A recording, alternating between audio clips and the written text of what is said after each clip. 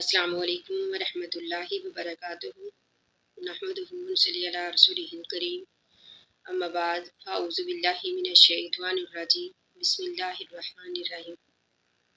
اللہ سبحانہ و تعالیٰ قرآن پاک میں فرماتے ہیں لیلۃ القدر خیر من الف شہر، کہ لیلۃ القدر کی رات جو ہے وہ 1000 مہینوں سے بہتر ہے۔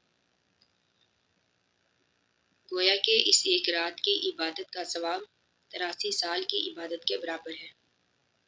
اسی طرح احادیث میں ہے، نبی اکرم صلی اللہ علیہ وآلہ وسلم نے فرمایا کہ جس نے لیلۃ القدر کا قیام ثواب اور ایمان کی نیت سے کیا، غفر لہ ما تقدم من ذنبہ، کہ اس کے تمام پچھلے گناہ معاف کر دیے جائیں گے۔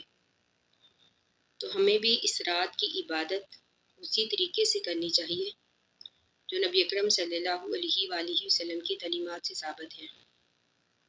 اگر ہم ان طریقوں کو اپنائیں گے، انہی طریقوں کے ساتھ عبادت کریں گے، تو اللہ تعالیٰ ہم سے راضی ہو جائیں گے۔ تو پہلے نمبر پر ہمیں قیام اللیل اسی طریقے سے کرنا چاہیے جیسا کہ ہم نے پورے رمضان میں کیا، یعنی تراویح، کیونکہ رات کا قیام جو ہے، تراویح پڑھنا جو ہے، یہ احادیث سے ثابت ہے۔ نبی اکرم صلی اللہ علیہ وآلہ وسلم رمضان میں راتوں کو قیام کیا کرتے تھے۔ تو اسی طرح دوسرے نمبر پر قرآن پاک کی تلاوت، ہمیں اس رات زیادہ سے زیادہ قرآن پاک کی تلاوت کرنی چاہیے۔ جتنا ہو سکے ہم پڑھیں قرآن کو زیادہ سے زیادہ۔ اگر ہم آہستہ آہستہ پڑھیں گے، ٹھہر ٹھہر کر پڑھیں گے، سمجھ کر پڑھیں گے، تو یہ اور بھی اچھی بات ہے۔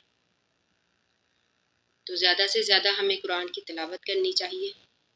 تیسرے نمبر پر دعا، ہمیں اس رات زیادہ سے زیادہ اللہ تعالیٰ سے دعائیں کرنی چاہیے، رو رو کر عاجزی سے، انکساری سے اللہ کے سامنے دعائیں کرنی چاہیے۔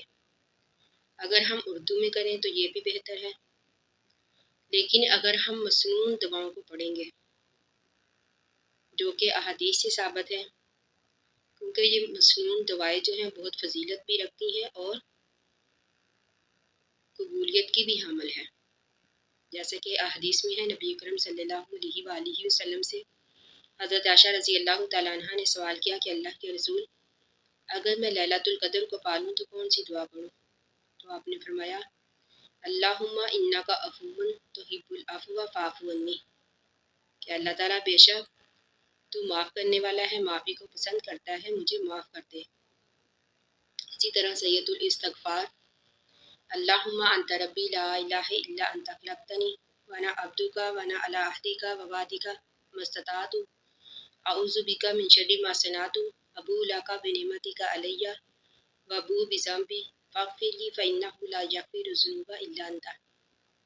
اسی طرح استغفر اللہ الذی لا الہ الا هو الحی القیوم واتوب الیہ، یعنی یہ دعائیں ہمیں اپنی دعا میں پڑھنی چاہیے، اللہ تعالیٰ سے استغفار کرنا چاہیے۔ اگر ہم ان مسنون دعاؤں کو پڑھیں گے، اللہ تعالیٰ سے دعا کریں گے، تو انشاءاللہ اللہ تعالیٰ ہماری دعاؤں کو قبول کریں گے۔ تو اسی طرح چوتھے نمبر پر صدقہ، ہمیں اس رات صدقہ ضرور کرنا چاہیے، چاہے ہم رات کے شروع حصے میں کر لیں یا رات کے درمیان والے حصے میں، یعنی ہمیں اس رات صدقہ ضرور کرنا چاہیے۔